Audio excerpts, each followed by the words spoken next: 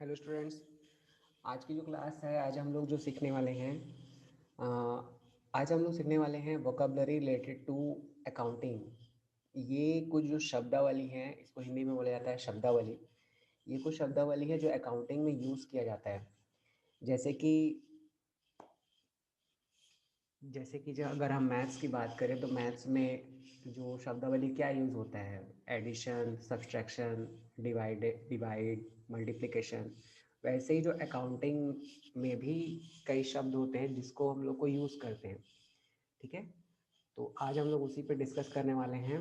तो ये शब्द हैं, पहला जो शब्द है या पहला जो वर्ड है, पहला वर्ड है गुड्स। गुड्स। सो गुड्स क्या होता है? गुड्स को हिंदी में बोला जाता है माल। ठीक है, गुड्स को हिंदी में बोला जाता है माल। ये आपको याद रखना है। और अगली बात आपको ये याद रखना है कि गुड्स क्या होता है, जिसका भी बिजनेस किया जाता है। ठीक है, बिजनेस में बिजनेस में जो भी खरीदा हुआ बेचा जाता है, इसका मतलब है कि जो भी परचेस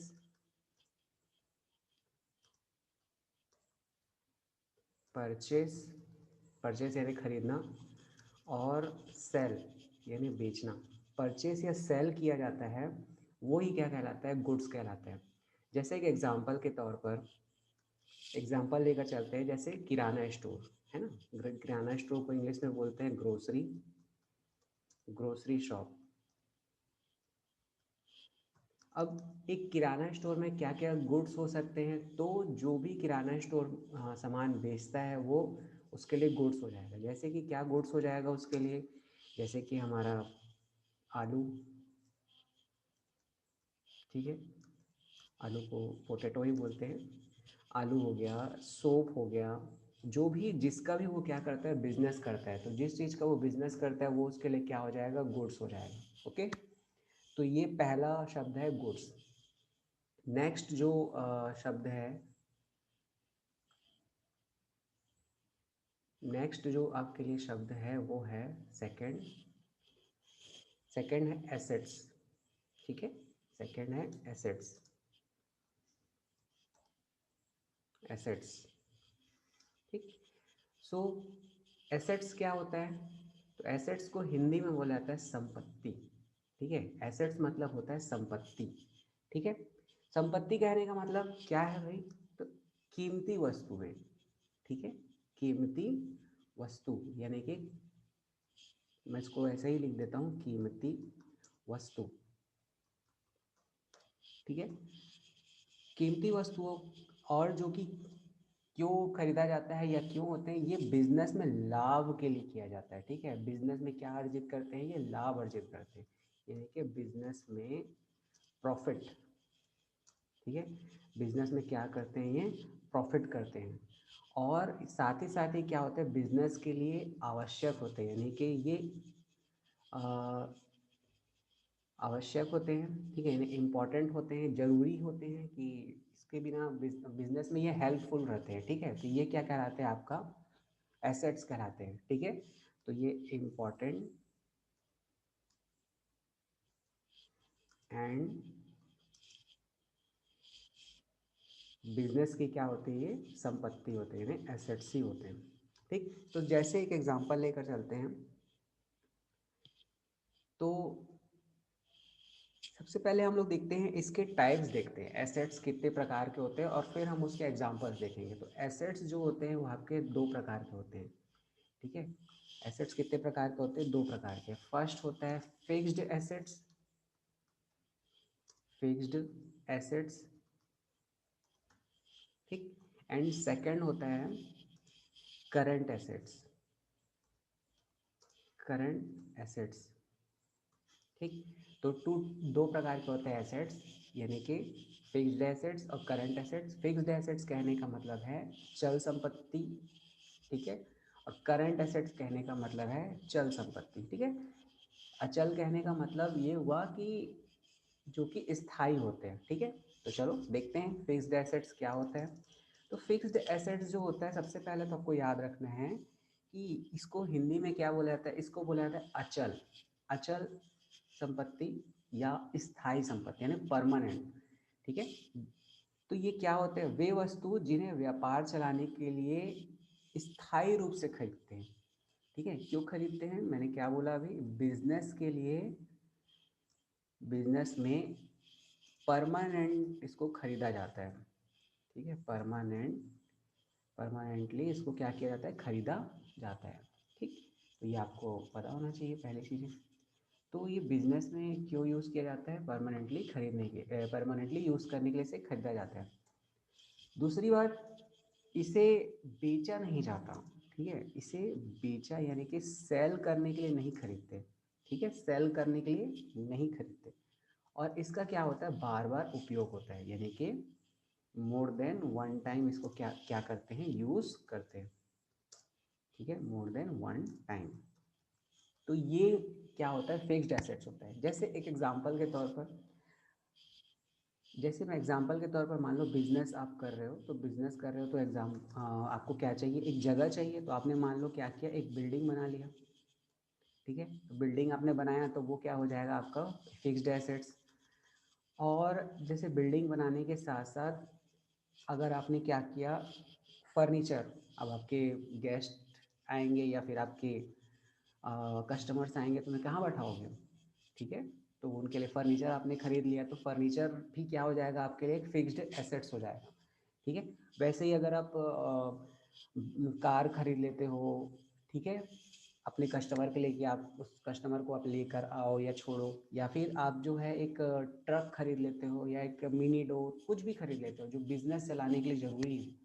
ठीक है, और जिसका क्या हो, बार बार उपयोग हो रहा हो, तो ये सब क्या कहलाते हैं, आपके फिक्स्ड एसेट्स कहलाते हैं।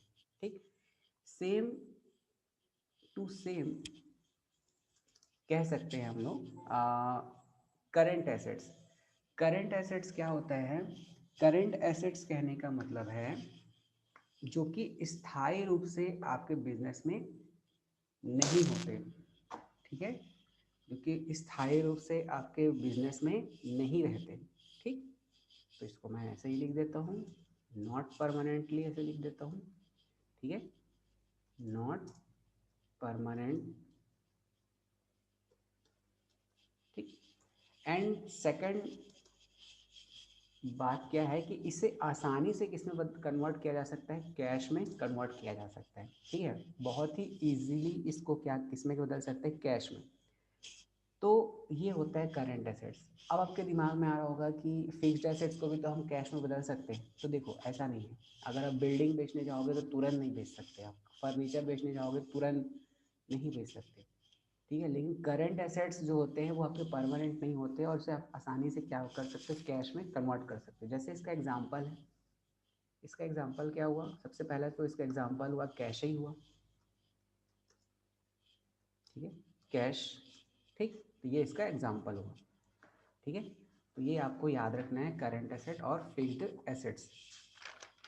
अब अगला जो शब्द होता है जो कि यूज किया जाता है वो है आपका ट्रेड। थर्ड है ट्रेड। ट्रेड यानी क्या होता है, ठीक है, तो ट्रेड जो होता है, ट्रेड हम लोग उसको अगर हिंदी में क्या बोलते हैं, तो हिंदी में इसको बोला जाता है व्यापार। ठीक है, हिंदी में इसे बोला जाता है व्यापार।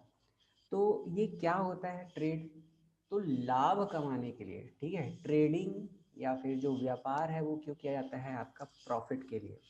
ठीक है, ये तो कॉमन सेंस है, प्रॉफिट के लिए ही कोई भी काम किया जाता है। बिना प्रॉफिट देखे तो हम किसी से बात भी ना करें आजकल।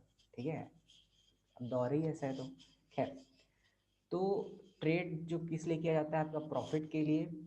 और इसमें कैसे क्या किया जाता है, इसमें जो प्रोडक्ट है यानी जो गुड्स है, ठीक है, यानी कि सामान, उसको सिर्फ और सिर्फ क्या किया जाता है, सेल यानी परचेस एंड सेल। सिर्फ दो काम किया जाता है इसमें, परचेस एंड सेल। प्रोडक्शन नहीं किया जाता, सिर्फ और सिर्फ गुड्स को क्या किया जाता है, एक जगह से खरीदा जाता है और दूसरी जगह पर बेचा जाता है।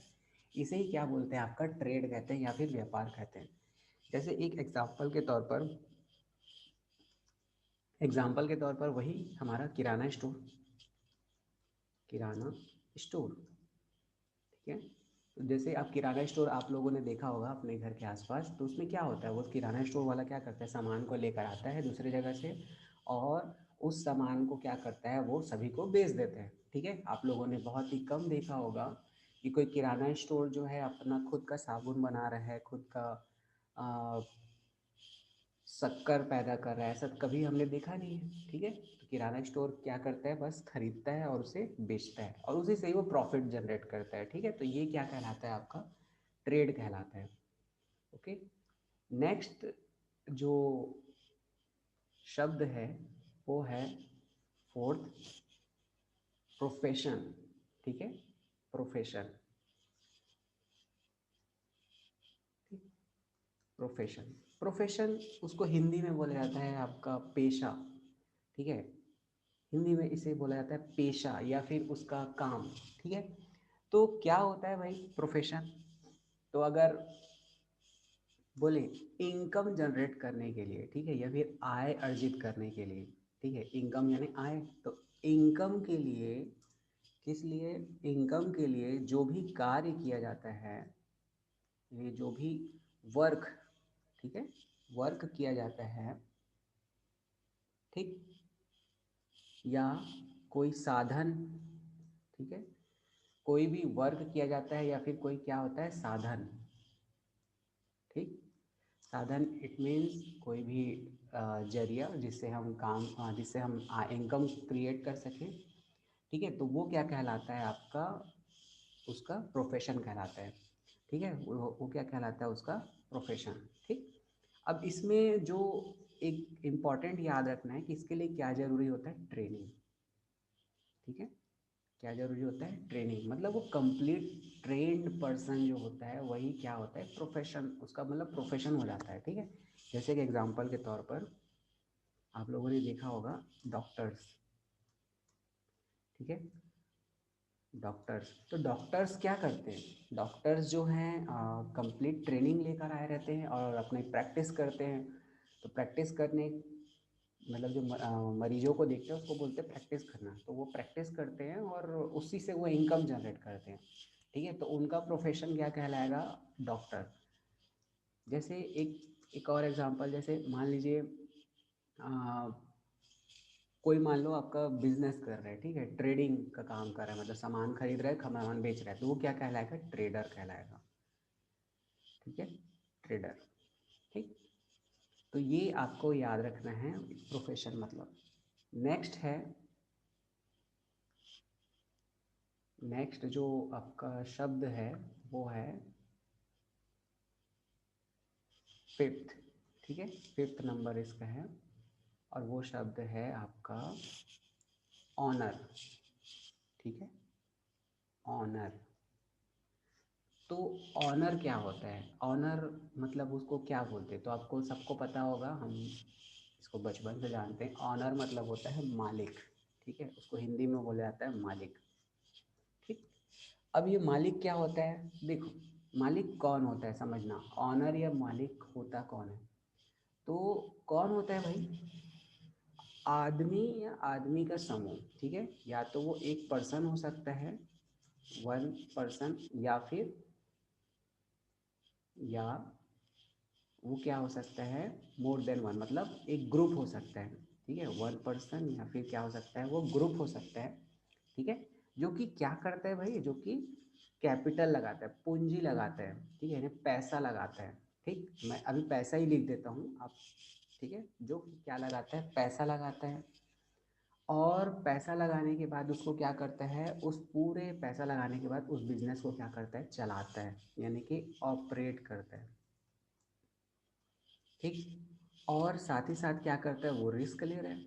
अगर वो पैसा लगा रहा है तो वो रिस्क कौन लेता है, वही लेता है, मान लो नहीं चला तो डूब जाएगा, तो ये रिस्क लेता है। ठीक है, और यदि उसका बिजनेस थोड़ा चल गया तो जो भी उसके जो प्रॉफिट होगा वो कौन लेगा, ऑब्वियसली सी बात है वही लेगा। अगर कुछ लॉस होता है यानी कुछ हानि होता है तो कौन लेगा, वही बेयर करेगा। ठीक है, तो मालिक या ऑनर कौन होता है, एक व्यक्ति या व्यक्तियों का समूह यानी ग्रुप, जो कि पैसा लगाते हैं, उस बिजनेस को ऑपरेट करते हैं और साथ ही साथ क्या लेते हैं, रिस्क लेते हैं। ठीक है, और जो भी प्रॉफिट होता है या लॉस होता है उसके क्या होते हैं, वो अधिकारी होते हैं, यानी कि उसके रिस्पॉन्सिबिलिटी किसके ऊपर होती है, ऑनर के ऊपर होती है। ठीक है, अगर प्रॉफिट हुआ तो वो उसको लेगा, अगर लॉस हुआ तो भी उसको लेगा। ठीक है, तो ये होता है आपका ऑनर। ठीक, अब देखो, जैसा मैंने क्या कहा कि ऑनर जो होते हैं वो आपके दो तरीके से हो सकते हैं। ठीक है, जैसे अगर मान लो वन पर्सन, अगर कोई अकेला ये बिजनेस स्टार्ट करता है, ठीक है, जैसे मान लो कोई व्यक्ति है अकेला, मैंने मान लो मैं बिजनेस स्टार्ट करता हूँ, अकेला हूँ। ठीक है, तो इसको क्या बोलेंगे, मतलब मुझे क्या बोलेंगे, प्रोपराइटर। ठीक, प्रोपराइटर। ठीक है, और यदि मान लो जो है मान लो हमारा ग्रुप है, ठीक है, मैं और मेरे कुछ दोस्तों ने मिलकर हम लोगों ने बिजनेस शुरू किया, एक से ज़्यादा है। ठीक है, तो मैं यहाँ पे ऐसा लिख देता हूँ, मोर देन वन। तो मोर देन वन होंगे तो क्या कहलाएंगे, सभी के सभी हम लोग कहलाएंगे पार्टनर्स। ठीक है, क्या कहलाएंगे, पार्टनर्स। ठीक है, यानी इसको हिंदी में बोला था साझेदार। तो याद रखना, साझेदार किसको बोलते हैं या पार्टनर किसको बोलते हैं, जो कि बिजनेस में पार्टनर, बिजनेस में क्या होता है, सहभागी होता है। ठीक, तो जैसे एक एग्जांपल लेकर चलते हैं, मान लो मैं अकेला बिजनेस शुरू कर रहा हूँ, तो एग्जांपल लेकर चलते, चलो देखते हैं। एग्जांपल के रूप में हम NS इंडस्ट्रीज ले सकते हैं। ठीक है, तो ये क्या हो जाएगा आपका एक वन, अगर मैं अकेला लेता हूँ तो। और जैसे पार्टनर्स के रूप में देखें तो पार्टनर के रूप में आप बहुत सारे एग्जांपल हैं, जैसे आप टाटा अभी देख सकते हो, टाटा ग्रुप। ठीक है, टाटा ग्रुप, तो टाटा ग्रुप क्या है, आपका बहुत बड़ा एक ग्रुप है, उसके अलग अलग पार्टनर्स हैं उसमें। ठीक, तो ये आप लोग याद रखना। ठीक है, मोर देन वन पार्टनर हो तो ये। अच्छा, इसमें एक और टाइप होता है। ठीक है, जैसे मान लो क्या हुआ, मान लो मेरे पास पैसे नहीं है। ठीक है, मैं अकेला व्यक्ति हूँ, अकेला व्यक्ति हूँ तो प्रोपराइटर, अगर मोर देन वन व्यक्ति हैं, मतलब एक से ज़्यादा व्यक्ति है तो क्या, पार्टनर्स हो गए। मान लो मुझे बिजनेस शुरू करना है, ठीक है, लेकिन मेरे पास है पैसे नहीं है, और मेरा आइडिया बहुत अच्छा है, तो मैं क्या करूँगा, मैं उसको, उस बिज़नेस को बहुत से लोगों को बताऊंगा और बहुत से लोगों को बोलूँगा कि आप लोग इसमें क्या कीजिए, पैसे लगाइए। ठीक है, समझ में आया, आप लोग इसमें पैसे लगाइए, जो भी प्रॉफिट होगा, यानी अगर प्रॉफिट होगा तो हम आपको बांट देंगे, मतलब आप भी थोड़ा थोड़ा रख लेना, अगर लॉस होगा तो थोड़ा बहुत लॉस होगा तो हम सभी लोग इसको बांट लेंगे। ठीक है, तो मैंने क्या कहा कि बहुत सारे लोग, ठीक है, तो मैं यहीं पे लिख देता हूँ, बहुत सारे लोग। ठीक है, बहुत से लोग। ठीक, तो बहुत से लोग मिलकर क्या करेंगे, अगर बिजनेस शुरू करते हैं तो वो क्या कहलाते हैं, आप एक तो अगर बहुत से लोग मिलकर अगर बिजनेस स्टार्ट करते हैं तो वो सभी क्या होते हैं, आपके शेयर होल्डर्स होते हैं। ठीक है, शेयर होल्डर्स। ठीक है, ये शेयर होल्डर्स क्या होते हैं, ये आपके बिजनेस में पैसा लगाते हैं। ठीक है, बिजनेस चलाते नहीं है, समझना है ना, बिजनेस में पैसा लगाते हैं। ठीक है, अगर प्रॉफिट होता है तो वो उससे प्रॉफिट कमाते हैं, और अगर यदि प्रॉफिट नहीं होता है तो लॉस कमाते हैं। ठीक है, जैसे एग्जांपल के तौर पर सभी लोग इनका नाम जरूर सुने होंगे, इस कंपनी का नाम। ठीक है, जैसे इस कंपनी का नाम है, मैं आपको दो कंपनी का नाम बता देता हूँ, जैसे एक का नाम है आपका रिलायंस, रिलायंस इंडस्ट्रीज, सबने नाम सुना है। ठीक है, जियो तो देख ही रहे हो। तो रिलायंस इंडस्ट्रीज कैसे शुरू हुआ था, शुरुआत में उन्होंने अपना पैसा लगाया था, फिर बाद में जाके उन्होंने शेयर मार्केट के जरिए उन्होंने क्या किया था, लोगों को बोला था कि आप पैसे लगाइए, मतलब शेयर मार्केट के थ्रू लोग उनसे ज्वाइन हो गए। ठीक है, तो रिलायंस आज देख लो सारे लोग कितने प्रॉफिट में होंगे आज। ठीक है, जो उस समय पैसे लगाए थे उस ज़माने में, तो आज वो ज़रूर फायदे में ही हैं। जैसे एक और एग्जांपल ले सकते हैं आप, विप्रो। ठीक है, विप्रो कंपनी जब शुरू हुआ था तो जिस गांव में उसको स्टार्ट किया गया था, ठीक है, विप्रो पहले एक तेल कंपनी थी, मतलब उनके जो पापा थे, जो संस्थापक विप्रो के, वो लोग तेल का व्यापार किया करते। जब उन्होंने सॉफ्टवेयर में आए, आ, कुछ ऐसे ही सॉफ्टवेयर, ऐसे ही कुछ कुछ आ, ऐसे ही कुछ चेंजेस हुआ था, तब उन्होंने क्या किया था, गांव वालों को अपने शेयर्स बांट दिए थे, जो गांव वालों ने अपने ज़मीन दी थी तो उन्होंने अपने अपने शेयर बांट दिए थे। तो शायद आज उसके एक शेयर का कीमत लगभग लगभग मतलब लाखों में है उसका, ऐसा कुछ है। ठीक है, मतलब है ऐसा कुछ। तो ये आपको याद रखना है, बहुत से लोग अगर करते हैं तो शेयर होल्डर्स कहलाते हैं। ठीक है, तो अभी इस क्लास में हम लोग सिर्फ 5 ही देखते हैं, नेक्स्ट क्लास में हम लोग इसके आगे जो शब्द हैं उसको देखेंगे। ठीक है, थैंक यू।